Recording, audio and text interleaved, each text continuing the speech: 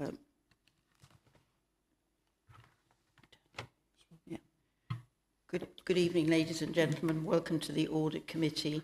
Unfortunately, the chairman of the committee, Councillor Harvey, is unable to be in attendance, so it falls on members to agree a chairman to. It falls on the committee to agree a chairman for the meeting. So, if a member would formally move the appointment, please. I can formally move that Councillor Aycock. Thank you. Chair. Thank you. Quite happy to second that. That's all right. I take it that's agreed. Right. Councillor Aycock will take the chair. Right, thank you. This is the first time I've done this job, so we have to bear a bit with me. As you know, I'm Councillor Aycock. Can we just go round the chamber to give your name and what your position is within the council? Starting from colleague there. Thank you, Chair. Michael Deline, I'm the Assistant Director for this meeting for Counter Fraud, which is a traded service from Thurrock to Castle Point. Thank you. Good evening, Chair. Lance Wasco, I'm the Assistant Director for Finance and Procurement and Section 151 Officer. Thank you. Evening, Chair. I'm Andrew Barnes. I'm the Head of Internal Audit, employed by Southend Council, but working for Castle Point as part of a shared service arrangement. Thank you. Hello, I'm Nicola Benson, Councillor Nicola Benson, Councillor for St George's Ward. Hi, Councillor Andrew Thornton for Boyce Ward. Right, thank you. We've had a copy of the minutes from the last meeting. Has anyone has any queries regarding the minutes? So if that's agreed, then we won't need to sign them.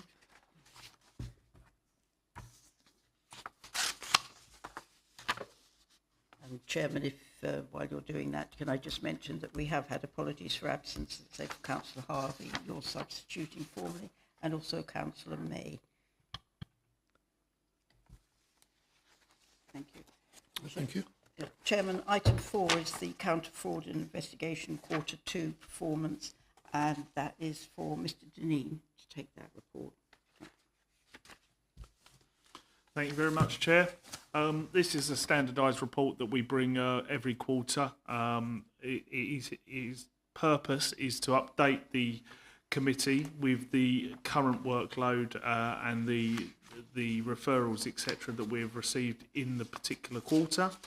I'll also then refer to Appendix A, which is the Counter Fraud Proactive Work Plan, which again it gets updated on a quarterly basis. If I draw the committee's attentions to Section 3, which is the section which gains most changes to it per quarter, this talks around the investigations. What I can tell the committee is that we've sent out one fraud alert to either our internal or external partners. This is generated through our connections and our affiliation with the NAFIN programme and organisation. So we have sent out one fraud alert. 11 intelligence reports have been sent onwards to other law enforcement agencies. This can include the DWP. Just for clarity, we sometimes still receive referrals for benefit fraud. We stopped investigating that in 2015 when SFIS was created. However, we still do occasionally receive the odd referral. So we send those on to those departments. We also send referrals onwards to various different other law enforcement, including things like the Insolvency Service, NCA and police. We received 11 new reports of suspected fraud in quarter 2, and we currently have 8 active investigations. Just for clarity, that does not mean that 3 of those referrals were not taken on by us. It may well have been more that were not taken on, but at the moment we only have 8 investigations that we're currently carrying out, and they're worth £242,500. It's worth noting to the committee that the values of those crimes can change depending on the evidence that we've uncovered. So they're based on a current situation. draw attention to the agreement that we've got in place. I mentioned earlier that I am employed by Thurrock Council, and what happens is that Castle Point Council pays a annual sum so that we can provide the equivalent of one FTE to the council. But this does, however, include a lot of other individuals, not just one particular FTE. So this allows access to a digital forensics unit as well as a financial investigation team. And obviously people like myself and a manager to create strategy and policy. If I draw your attention to Appendix A, which is the proactive work plan for 23-24. As you'll see, there are a number of work plans that we've been moving forward slowly but surely. We're all within target to be delivered. We've hit a little bit of a stumbling block on the very first one for training for elected staff and elected members, in that I'm trying to secure a licence to the software that we used previously that has unfortunately been given up. However, we do have all of that in hand, and that will be pushed out as soon as we get that licence. And in essence, what will happen is when everybody receives their laptops and open it up, that training package will be immediate within signing. So we will get to every member of a workforce that has a laptop in one smooth move.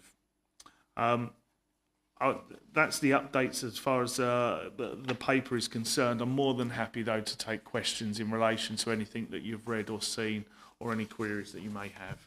Thank you, Chair. Right, thank you. Is any member a question, Councillor? First of all, thank you very much. I don't have any specific issues around this. A couple of questions. Do you deal with the enforcement side of things as well as fraud? I mean, when you say enforcement, if you could just clarify.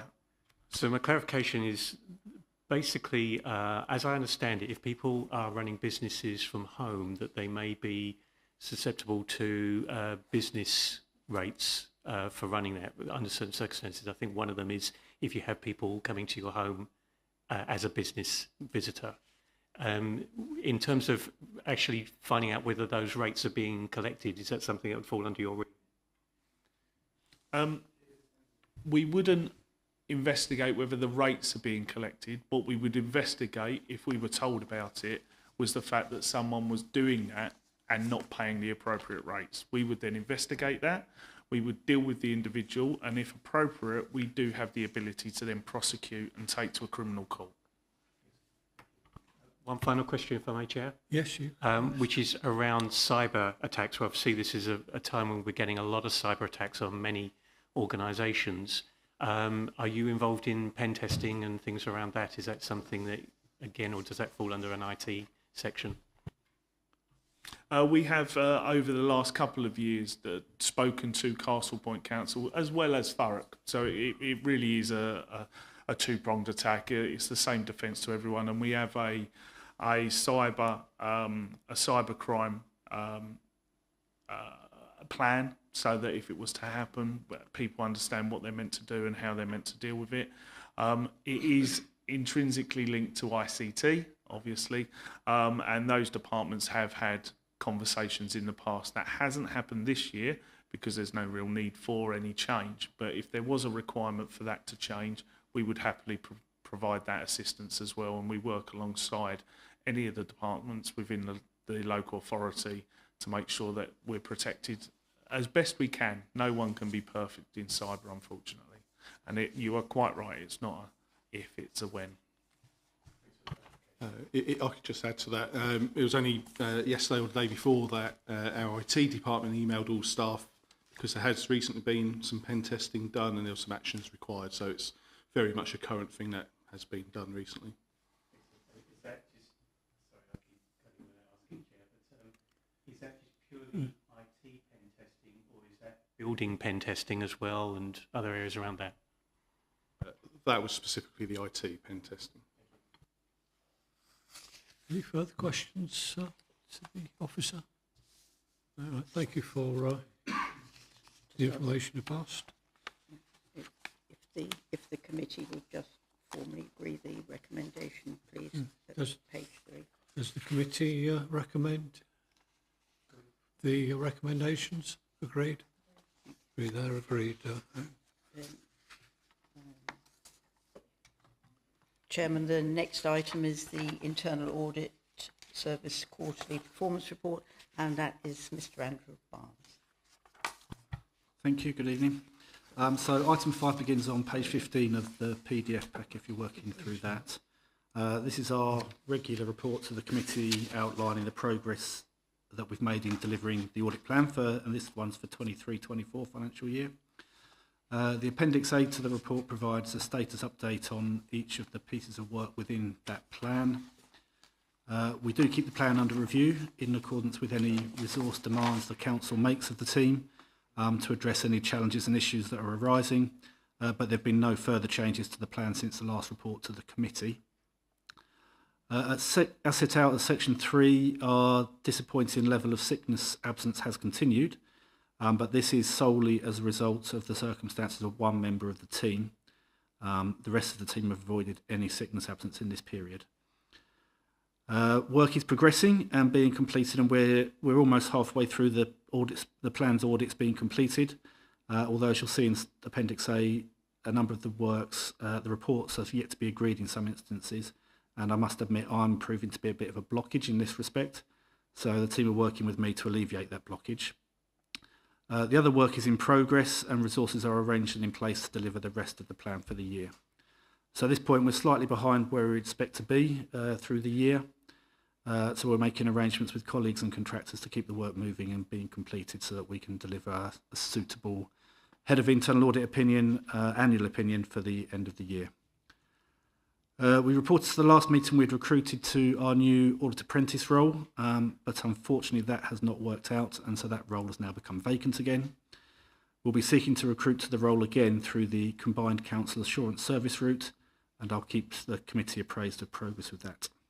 That's all I really want to say, Chair, but happy to try to answer any questions members may have. Does any member have any questions? Yes, Councillor Thornton. Hi. As you know, the change management world is something very close to me, and I'm kind of following the transformation together and what's going on in that as much as I can. It says a work complete draft report being prepared by contractor. Could you just expand on that for a little bit for me, please? That work's been undertaken by our contractor colleagues from PwC. Because of the resourcing issues in the team, we contract out some of the work. So I oversee and manage it, but they actually do the kind of the detailed on-the-ground work with the council officers. Obviously, there's quite a bit of work going through on workforce and so on. Is there much transformational change element happening in other areas like process, procedural? And and as a follow-up question on that, are you using any particular change model like ADCAR or anything like that to do that? So there is a piece of work going on very live at the moment in terms of looking at policy procedures in respect of potentially bringing forward a business case for a new customer relationship management system that could potentially be a big part of the transformation of the way the council works, and that would deliver some significant change in respect of the procedures and operations of the council. That's very live, and information is being gathered at the moment to make sure that the best solution can be provided to deliver that change for the future. In respect of the follow-up question about the actual methodology, I don't know the answer to that. I'll have to check that out for you. Any other councillor has a question for the officer? More a question for Councillor Thornton. If you can just, for the background of us who don't have the same background, tell us what that methodology is and why it's important. Certainly. ADCAR is one of several different change management policies or procedures that is used. It's one that's adopted by an organisation called ProSci, and it's considered an industry standard in a lot of organisations. It's a way in which the communication, documentation, procedural process of how change takes place from the original to the new system, and how those communications are brought in and how everyone's kept up to speed. It works through on RAID, which is looking at risks and issues and who has responsibility for particular elements of that, and how the communication is sent out to particular stakeholders and key people so they understand it. the reason I asked the question, if I may just expand on it, is because by knowing which model is being played out, you can see exactly where any particular risk or mitigations can be held, and then I can ask the relevant questions when it comes to that as to how it moves forward. Well, thank you. No further questions? I'll go to the next. Chairman, there is just a recommendation that the committee notes the progress made in delivering the 2023-24 internal audit strategy. Is that agreed? Agreed. Then we move on to the next item, which is this is for Mr. Wasco to take us through. This is the annual a report we receive at this time every year. It's the lead into the budget. It's the Treasury Management and Investment Strategies for the next financial year. Yes, thank you. You've just said half of what I was about to say. Sorry. Sorry. It is very much an annual report. At its most basic level, the Treasury Management and Investment Strategies outline and control when and how we borrow or invest our funds. And the strategies themselves, whilst they're here today, they will form part of the budget report that goes to full council for approval next month. In recent years, we've amended the investment strategy, adding new counterparties or adjusting limits. However, for this year, we're not proposing any changes. I feel it's working well at the moment.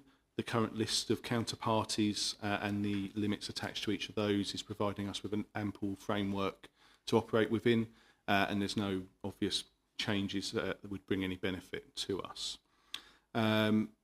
Essentially, given that the strategies are the same as last year, I don't propose to go through them in any detail, but happy to take any questions.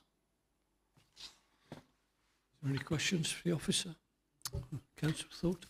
It's not a specific question to the report, but I'm seeing automation happening everywhere. Is this something that councils are looking at in terms of sort of automating this across groups? I know we already pool resources with other councils to get better results. Is this something that there's potential to sort of benefit from the larger pooling and more automated treasury functions, or is it something that we really need to be hands-on day to day?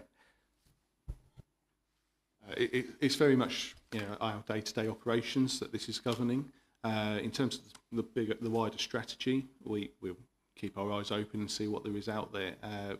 As a group of finance officers, Section 151 officers, we meet every month and we discuss items such as that. That might be something that we will look at going forward. We haven't got anything in pipeline at the moment along those lines, though. Councillor Thornton? So it's a more generic question, if I may. The last budget was balanced by using reserves. Are you in any way seeing that investments are bringing in and refilling those reserves, or are we working effectively up to what we're capable of doing under the current setup? You're stealing the thunder for the next item somewhat there. I apologise, I've jumped the gun. No, that's fine. The balance. It was a balanced budget last year with the use of the reserves. The use of the reserves was to fund very particular items. If I recall correctly, it was the local plan, having withdrawn from the previous one, and highways ranges possibly, if I remember rightly. But yeah, if I can touch on that in the next item, then. Any further questions from anybody from the officer? Well, thank you for that. Chairman, again, there is a recommendation that the committee just needs to formally agree. It's on the first page of the report that following scrutiny, the Treasury Management and Investment Strategies for 2024-25 are approved from the transmission to the Council on the 21st of February as part of the overall policy framework and budget setting report. Is that agreed? Agreed. Agreed. So all agreed, and? And then, then we have item 7, which is the quarterly report on Treasury Management. Yes, thank you. So again, standard report presented quarterly. This one will be covering quarter up to the end of quarter 2, which was September 23. First, if we can just quickly look at our borrowing, which the detail for which is in Annex A. In short, everything remains to plan. We haven't undertaken any new borrowing during the quarter, and actually neither have we had any repayments to make, as none were scheduled. Given all the existing loans are at fixed rates from the Public Works Loan Board, it comes as no surprise that the interest budgets are, the interest paid is in line with budget. That's all that needs to be said in terms of borrowing, but looking at our investments, the other side of the coin as it were, the detail for which is in Annex B, you can see that we are continuing to benefit from the increased Bank of England base rate. The forecast interest receivable for the year is a total of 2,086,000, which was against a budgeted 1,069,000, so substantial, over £1 million higher. It was obviously previously reported in an update to Cabinet that this is the main cause of the Council's underspend that we're forecasting in the current year. To pick up the question that was asked at the end of the last item, the underspend that we have at the end of the year, it falls upon us to decide what we do with that, but essentially it will go into reserve. What, depending on what we decide at the time, could well replenish the general reserves at that point. Looking at our usual benchmarks, security, liquidity and yield, the average security of our investments in the quarter is scored at 5.6 out of 7, and that's far exceeding the minimum benchmark score of a 4. And security, that's showing that security investment remains a priority, as you would rightly expect. The liquidity being the next item we look at, it's not something that we have a specific measure for, but the investment strategy sets out that we need to keep sufficient money readily available to meet our daily expenditure needs. We currently have a weighted average of 130 days, which is considered reasonably liquid. We do always keep approximately £10 million in same-day funds available to us so that we can meet our immediate needs and as things come up needing payment. But this is balanced off against longer-term investments of 1 year, possibly 2 years, which is why we're at an average of 130 days. The third item, as I said, is yield. As already mentioned, we're exceeding our interest receivable budget. But some of this is because when we set that budget, we had no idea that the Bank of England base rate was going to go as high as it has done. But the rate we actually benchmark against is the SONIA rate, which is the rate which banks lend to each other overnight at. The rate we've achieved in the period is 4.01%, and that rate is 0.73% lower than the SONIA rate. So on the face of it, it doesn't look brilliant. We're a fair way away from that SONIA rate. However, because that SONIA rate is the overnight rate at which banks are lending to one another, the actual rate they have lent to each other, it reacts a lot more quickly to the changes in the base rate. The investments that the council has access to, there's always a lag in terms of how quickly those increase. On the flip side, it means that when the base rate's coming down, the SONIA rate comes down a lot more quickly, but we have a lag in terms of the investments that we're investing in and how quickly they come down. But because we're on that path upwards, we are lagging behind. For me, I don't think there's any cause for concern in that we are behind that SONIA rate. Those are the key points I wanted to draw out from the report, and I'm happy to take any questions that members have. Thank you. Any questions from members of the officer? No questions? I thank the officer for the report. The recommendation that following scrutiny, the Treasury Management Quarter 2 activity report for 2023/24 is approved and submitted to Cabinet for noting. Is that agreed? Agreed. Well, thank you. Chairman, you have just a note there on item 4, just to stating that the monitoring report for the Council's governance and arrangements will be made to the next meeting of the committee. And item 9, the external auditors had no matters to bring forward to this meeting.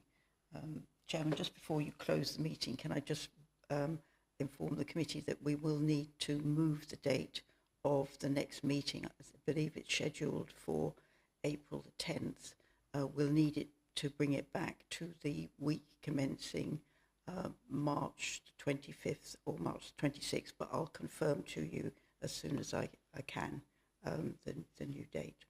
But just to give you the heads up, we need to rearrange the date. Right, thank you, Anne. All right, there is no other business, Chairman, so if you'd like to close the meeting. Thank you. Close the meeting. First, we'd like to thank the members of the committee for attending and the officers for their reports this evening. All right, thank you and good evening.